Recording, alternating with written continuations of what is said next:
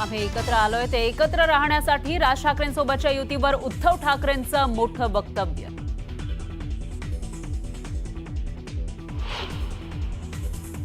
या शिवतीर्थाच्या पलीकडे आणखीन एक शिवतीर्थ आहे, ते सुद्धा आपलंच मानायला पाहिजे। हे शिवतीर्थ आपलंच आणि पलीकडचं दुसरं शिवतीर्थ ही आपलं मानायला पाहिजे। ठाकरे बंधूंच्या युतीवर राऊतांचं सूचक विधान।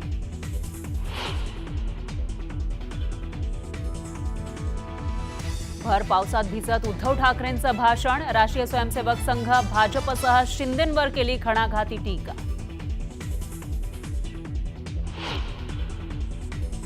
वाघाचं कातडं पांघरलेल्या लांडग्याची गोष्ट आपल्याला माहिती आहे, पण बाळासाहेबांची भगवी शाल पांघरणाऱ्या गाढवाचं चित्र मी आज पहिल्यांदा पाहिलं।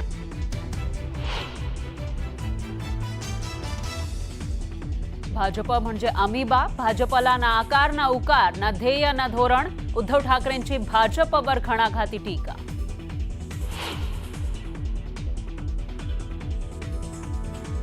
क्रिकेटची तुलना युद्धाबरोबर करणारा बेशरम। उद्धव ठाकरेंची पंतप्रधान मोदींवर घणाघाती टीका।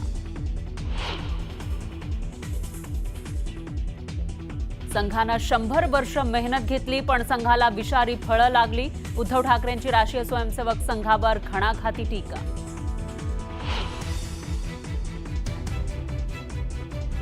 त्यांनी शस्त्रपूजेसाठी दिल्लीतून अमित शहांचे जोडे आणले। संजय राऊतांचा शिंदेंवर जोरदार हल्लाबोल, तर वोट चोरीतून निवडून आलेल्यांनी घड्याळ धनुष्यबाण चोरल्याची केली टीका।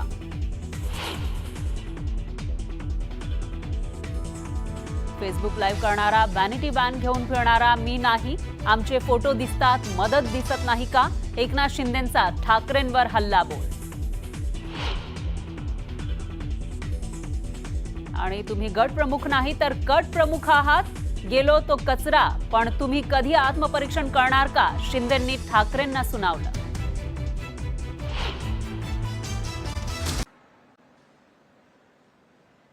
माझ्या हातात काय नाही, असंच माझ्या हातात काय नाही।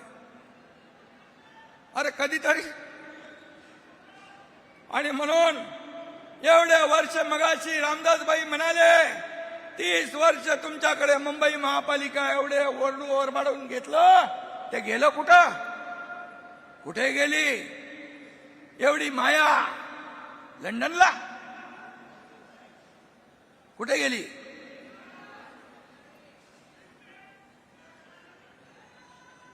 आणि म्हणून मी आपल्याला एवढंच सांगतो,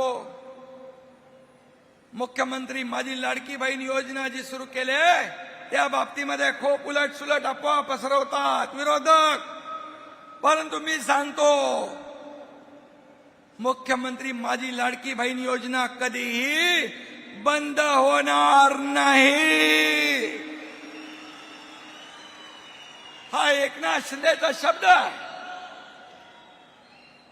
5 कोटी लोकांच्या घरात जाऊन शासन आपल्या दारीचा लाभ दिला आपण, आणि म्हणून एवढं सगळं 2.5 वर्षाच्या मुख्यमंत्री पदाच्या कारकिर्दीमध्ये काम केलं। म्हणून महाराष्ट्रामध्ये झालेल्या विधानसभेच्या निवडणुकांमध्ये लँडस्लाइड विक्ट्री मिळाली। 232 आमदार महायुतीचे विजयी झाले। आणि म्हणून मी आपल्याला सांगतो, सर्व निकष बाजूला ठेवून या ठिकाणी मदत केली जाईल। म्हणाले पीएम केअर योजना। पीएम केअर योजना म्हणजे प्रधानमंत्रीची योजना, त्याच्यातून पैसे द्या। अरे पीएम केअर योजना कोविडसाठी होती, एवढं पण कळत नाही? तुम्ही कोविडमध्ये 600 कोटी जमा केले, एक पैसा तरी खर्च केला? सांगा, तुम्हाला प्रधानमंत्री महोदयांवर आरोप करण्याचा अधिकार आहे? अरे प्रधानमंत्री महोदयांनी शेतकरी सन्मान योजनेमध्ये आणि आपत्तीमध्ये 46,000 कोटी रुपये या महाराष्ट्राला दिले। 46,000 कोटी रुपये शेतकरी सन्मान योजना त्यांनी सुरू केली केंद्राने। राज्याने देखील वर्षाला 6,000 रुपये देण्याचं सुरू केलं। आणि जवळपास 13,000 कोटी रुपये राज्य सरकारने देखील दिले. किती सांगू, केंद्राने काय दिलं? जेव्हा ऊस उत्पादक शेतकरी संकटात होता त्यावेळेस सहकार मंत्री, गृहमंत्री अमित शाह साहेबांनी 10,000 कोटी रुपये इन्कम टॅक्सचे माफ केले शेतकऱ्यांसाठी. हे दिलं केंद्राने.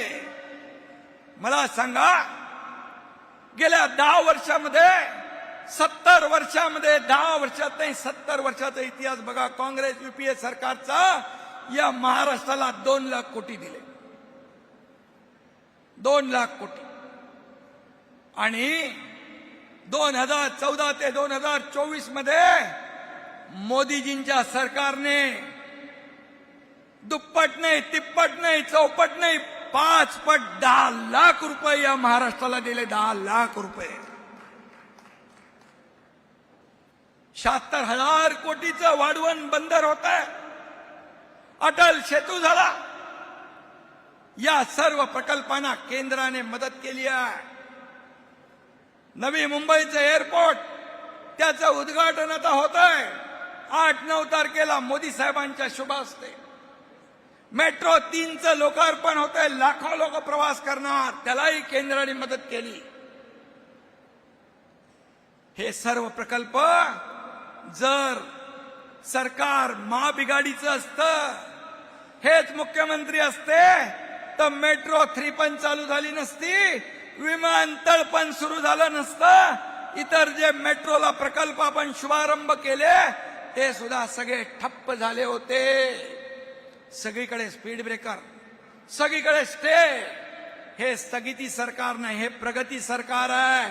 2.5 वर्षामध्ये जेव्हा मी पहिल्यांदा 2022ला मुख्यमंत्री झालो त्यावेळेस सगळे स्टे स्थगिती हटवून टाकली, स्पीड ब्रेकर हटवून टाकले.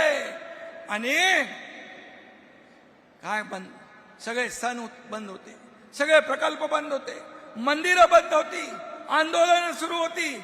मुख्यमंत्री झाल्या सगळ्या सणांवरची बंदी काढून टाकली. सगळे सण, उत्सव, परंपरा, संस्कृती सुरू झाली. विकास प्रकल्प सुरू झाले. 2.5 वर्षामध्ये, या 2.5 वर्षामध्ये एवढं काम केलं. आता दुसरी इनिंग सुरू झाली. मुख्यमंत्री देवेंद्रजी आणि आमची टीम त्याच वेगाने काम करतीये. आणि देशाचे प्रधानमंत्री मोदी साहेब आपल्या महाराष्ट्राच्या पाठीशी पहाडासारखे खंबीरपणे उभे आहेत. याचा मला सार्थ अभिमान आहे. काय कसली टीका करताय, कोणावर टीका करताय? अरे जे दोन्ही हाताने देत आहेत त्यांच्यावर टीका करताय. मला अभिमान आहे. या पहलगाम मध्ये आपल्या बहिणींचं कुंकू पुसण्याचं पाप ज्या आतंकवादी पाकड्यांनी केलं त्याला धडा शिकवण्याचं काम आपल्या भारतीय लष्कराने आणि प्रधानमंत्री मोदीजीने केलं. ईट का जवाब पत्थर से, खून का जवाब खून से.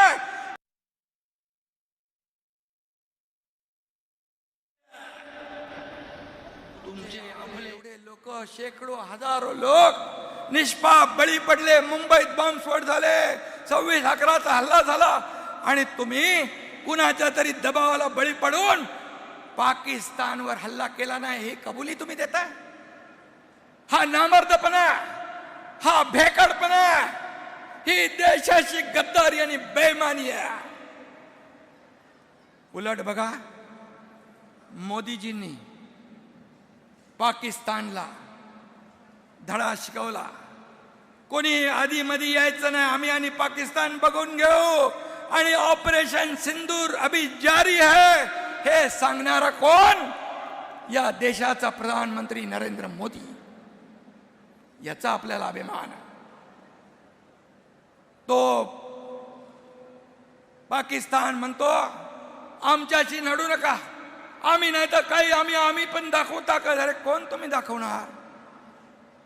गीदड़ शेर की खाल पहनकर शेर नहीं बनता, शेर शेर वही शेर होता है और उसका नाम है प्रधानमंत्री नरेंद्र मोदी. मी अभिमानाने सांगतो. का नाही सांगायचं? ऑपरेशन सिंदूर नंतर जे विदेशामध्ये सगळी आपली शिष्टमंडळ पाठवली, त्या शिष्टमंडळाचं नेतृत्व एका करण्याचं काम आपल्या खासदार डॉक्टर श्रीकांत शिंदे याला दिलं. का नाही त्यांच्याबद्दल चांगलं बोलायचं? अरे चांगल्याला चांगलं बोला म्हणून बाळासाहेबांनी शिकवलंय. तामिळनाडूत आता जी दुर्घटना घडली त्या शिष्टमंडळात देखील श्रीकांत गेला. त्या विदेशामध्ये आपला मिलिंद देवरा गेला. ही शिवसेनेची शान आहे. हा शिवसेनेचा स्वाभिमान आहे. शिवसेनेचा अभिमान आहे की आपल्याला या देशाची सेवा करण्याची, देशाची सेवा करताना नेतृत्व करण्याची संधी देखील देत आहे. आणि म्हणून काही लोक म्हणाले तुमचा मेळावा सुरतला करायला पाहिजे. त्यांना अमित शहाला बोलवा, ह्याला बोलवा. सुरत भारतामध्येच आहे.